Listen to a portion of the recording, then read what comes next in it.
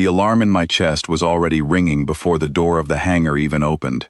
I did not know what I was walking into, only that the sound coming from behind that steel gate was not the sound of a machine. It was a low, broken cry, the kind that comes from something alive and in pain, and it made every hair on my arms stand up. My name is Callum Bennett, and I had spent 3 years fixing engines nobody else wanted to touch on this outpost. Humans were not trusted with anything important here. We were the species other races kept around to scrub hulls and patch wiring, because our ships were old and our science was, in their words, primitive. So when the station commander, a tall insectoid named Threxil, called me into his office that morning, I expected another dirty job. I did not expect what he actually gave me.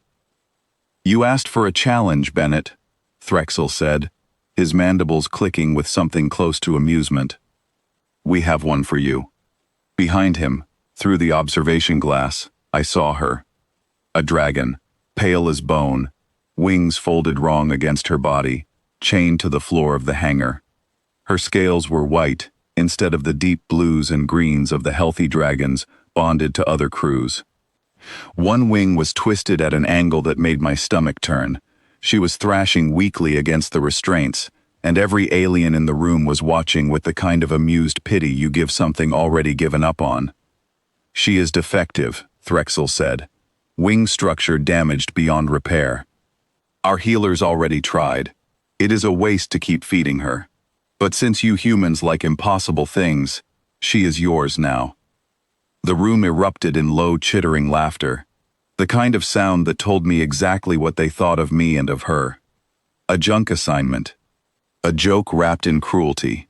Somebody behind me, a Veldran trader named Sozek, muttered that I would be cleaning up after a corpse within the week. I did not laugh. I walked straight past all of them into the hangar. The moment I got close, the dragon went still. Not calm, just frozen, the way a creature freezes when it expects to be hurt again. Her eyes were a strange, pale violet, and they followed me with a wariness that felt almost human. I had expected an animal. What I saw instead was something closer to a person, trapped inside a broken body, watching the world decide she was already dead. I crouched down slowly, keeping my hands where she could see them. "I am not here to hurt you," I said quietly. "I do not know if you understand me, but I am not leaving." She let out a low huff of air, more warning than threat, and shifted her weight away from me. Fair enough. Trust was not something I could demand. It had to be earned, one small moment at a time. Over the next few days, I learned her name from the old maintenance logs. The healers who gave up on her had called her Ashenwing, mostly as an insult, a mark of failure rather than a name of respect. I decided to keep calling her that anyway, because it was hers now, and I intended to make it mean something different. Her injury was worse than I expected. The right wing had been damaged in some accident. Before she ever arrived at the station, the bone fused wrong, the membrane torn in places that never healed properly. The alien healers had used biological methods only, organic grafts and growth serums, and when those failed, they simply stopped trying. Nobody on this station thought like an engineer. They thought like farmers tending crops, waiting for nature to decide. I did not think that way. I had spent my whole life fixing things that were told to work one way, and instead worked in pieces, holding together with wire and stubbornness. A broken wing was, in the end, still a structure. Structures could be reinforced. I spent that first week just sitting with her, bringing food, cleaning the wound sites, talking to her the way I would talk to a nervous new recruit on a repair crew. Slowly, the flinching got less severe. By the 5th day, she let me touch the edge of her injured wing without pulling away. Word got around the station fast.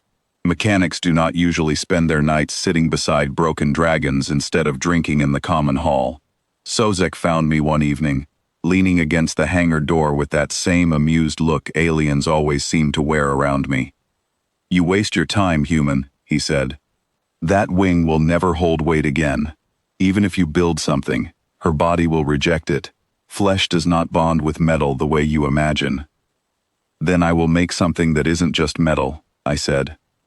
He laughed and walked away, certain I would fail. I almost believed him too, some nights, staring at diagrams that refused to make sense. Calculations that kept collapsing under the weight of what her body actually needed. But every time doubt crept in, I looked over at Ashenwing, watching me work with those pale violet eyes, and something in me refused to quit. The idea came to me almost by accident, while repairing a shuttle's damaged stabilizer fin. The fin used a flexible alloy frame with a woven mesh interior, designed to bend under stress instead of snapping. If a machine wing could flex and hold shape at the same time, why not a living one, reinforced the same way? I spent the next 2 weeks building a brace, unlike anything the station healers had tried. Instead of forcing the bone to heal in isolation, I designed a lightweight exoskeletal frame that would attach along the outside of the wing, distributing stress evenly and supporting the weak points without restricting her natural movement. I used salvaged alloy struts from decommissioned drone wings, threaded with a flexible polymer mesh that could stretch and contract with her muscles. It was not medicine, it was engineering, and engineering did not care what species it was fixing. The first fitting was a disaster. Ashenwing panicked the moment the brace touched her wing, thrashing hard enough to nearly throw me across the hangar. I did not push. I backed off, adjusted the design, made it lighter, made the attachment points gentler. It took 3 more attempts before she allowed the brace to stay on for even a minute. Progress was slow and cruel in its own way. Every small step forward reminded me how much pain she had already endured, how many times trust had been broken before I ever arrived. But she kept trying. Every single day she kept trying, and that told me everything I needed to know about her spirit.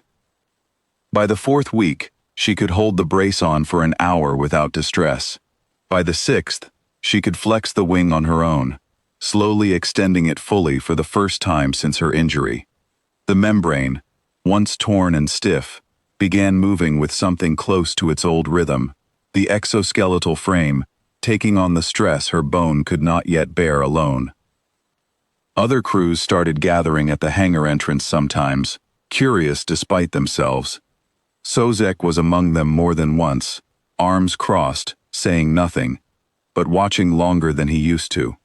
Threxil visited too, mandibles still, no longer amused. "She still cannot fly," he said one evening, watching Ashenwing stretch her wing experimentally under the setting light through the hangar's viewport. "A held wing is not a flying one." "Give her time," I said. "She is not done yet, neither am I." The night of the real test came almost without warning. Ashenwing had been restless all day, pacing the hangar floor with an energy I had not seen in her before, testing the brace with small hops, small lifts, each one stronger than the last. I recognized that look. It was the look of something ready to try, even if it was scared. I opened the outer hangar doors just as the sky above the station turned a deep orange with the setting sun. The open landing platform stretched out ahead of us, empty and wide, cold wind sweeping across the metal grating. "You do not have to do this today," I told her, even though every part of me was hoping she would. She looked at me, then out at the open sky, and something shifted in her posture. Not fear this time, something closer to hope. She ran. The first few steps were awkward, wings half spread, uncertain. Then she leapt, and for one terrifying second, she dropped instead of rising, the weight of her own body pulling her toward the platform edge. My heart stopped. Then the brace caught the strain, the reinforced membrane snapped taut, and her wings found their rhythm. She rose, slowly at first, wobbling, correcting, learning her own body again in the air, then faster, stronger, until she was climbing higher than I had ever seen an albino dragonfly, white scales catching the last light of the sun like something out of an old story. Every alien who had gathered at the hangar entrance fell silent. Sozek's mouth was actually open. Threxil's mandibles had stopped clicking entirely. I stood there on the platform, watching her circle the station once, twice. A creature everyone had already written off, now moving through the sky like she had never known any other way to live. When she finally came back down, landing hard but steady in front of me, she lowered her head until it rested against my chest, and for the first time since I had met her, she made a sound that was not pain. It was something closer to joy. Nobody on that station laughed at me again after that day. Word spread fast about the human mechanic who gave flight back to a dragon everyone else had thrown away, but the truth was simpler than any story people wanted to tell about it. I had not done anything magical. I had just refused to accept that broken meant finished. Ashenwing became more than a project after that. She became my partner, flying escort on cargo runs, drawing stares of respect instead of pity wherever we went. And every time some new visitor to the station heard the story of the crippled albino dragon nobody wanted, I told them the same thing I had told myself on that very first day, crouched beside a frightened, broken creature nobody believed in. Some things are not beyond repair. They are just waiting for somebody who refuses to give up on them.